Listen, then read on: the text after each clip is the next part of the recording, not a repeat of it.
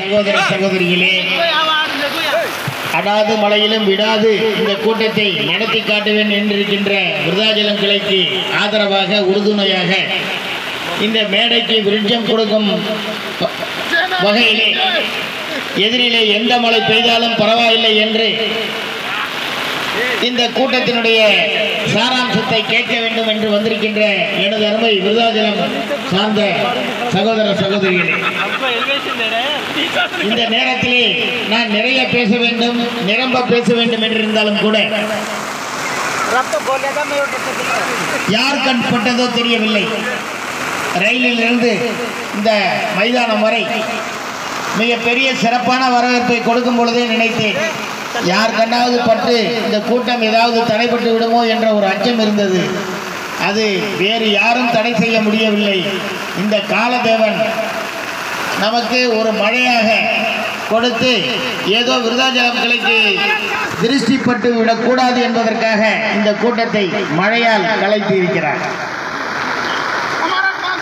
இந்த மழை வந்தாலும் சரி, மழையே வந்தாலும் சரி, மழையே இடிந்தாலும் சரி, இந்த கிளையை யாரும் எதுவும் செய்ய முடியாது என்ற ஆதங்கத்திலே இந்த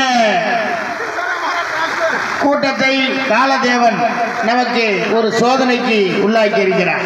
இருக்கட்டும், எங்களை பொறுத்தவரையிலே ரயில்வே வரலாற்றை பற்றி என்ன காரணத்தினாலும் நான் வெயிட்டிங் ரூமிலே முக்கியஸ்தர்களை வைத்து அந்த கூட்டத்தை நடத்திவிட்டேன். இங்கு திரளாக வந்திருந்த உங்களிடையே நான் ரயில்வே வரலாற்றை பற்றியும் ரயில் தோன்றிய வரலாற்றை பற்றியும், இந்த ரயில் யார் எதனால் தோற்றுவிக்கப்பட்டது, அதற்கு நம்முடைய தொழிற்சங்கம் எப்பேற்பட்ட தொழிற்சங்கம், இந்த தொழிற்சங்கத்தினுடைய தலைவர்கள் எல்லாம் யார் யார் என்றெல்லாம் உங்களிடையே நீண்ட நேரம் பேசலாம் என்று இருந்தாலும் நிச்சயமாக கூடிய விரைவிலே உங்களை ஒரு நல்ல அரங்கத்திலே எந்த மழை பெய்தாலும் பரவாயில்லை என்று மீண்டும் இந்த கிளைக்கு நான் திரும்ப வருவேன். வந்து மிக பெரிய அளவிலே மிக பெரிய தலைவர்களை வைத்துக் கொண்டு உங்களிடையே இந்த தொழிற்சங்க வரலாற்றை பற்றி பின்னால் பேசினாலும் நீங்கள் ஒன்றை புரிந்தாக வேண்டும். வருகின்ற காலம் நாம் எல்லாம் இந்த ரயிலிலே இருப்போமா, மத்திய அரசு ஊழியர்கள் என்று சொல்லிக் கொள்வோமா என்ற அச்சம் வரும் அளவிற்கு மீண்டும் நம்முடைய பாரத பிரதமராக மோடிஜி அவர்கள் வந்துவிட்டார்கள்.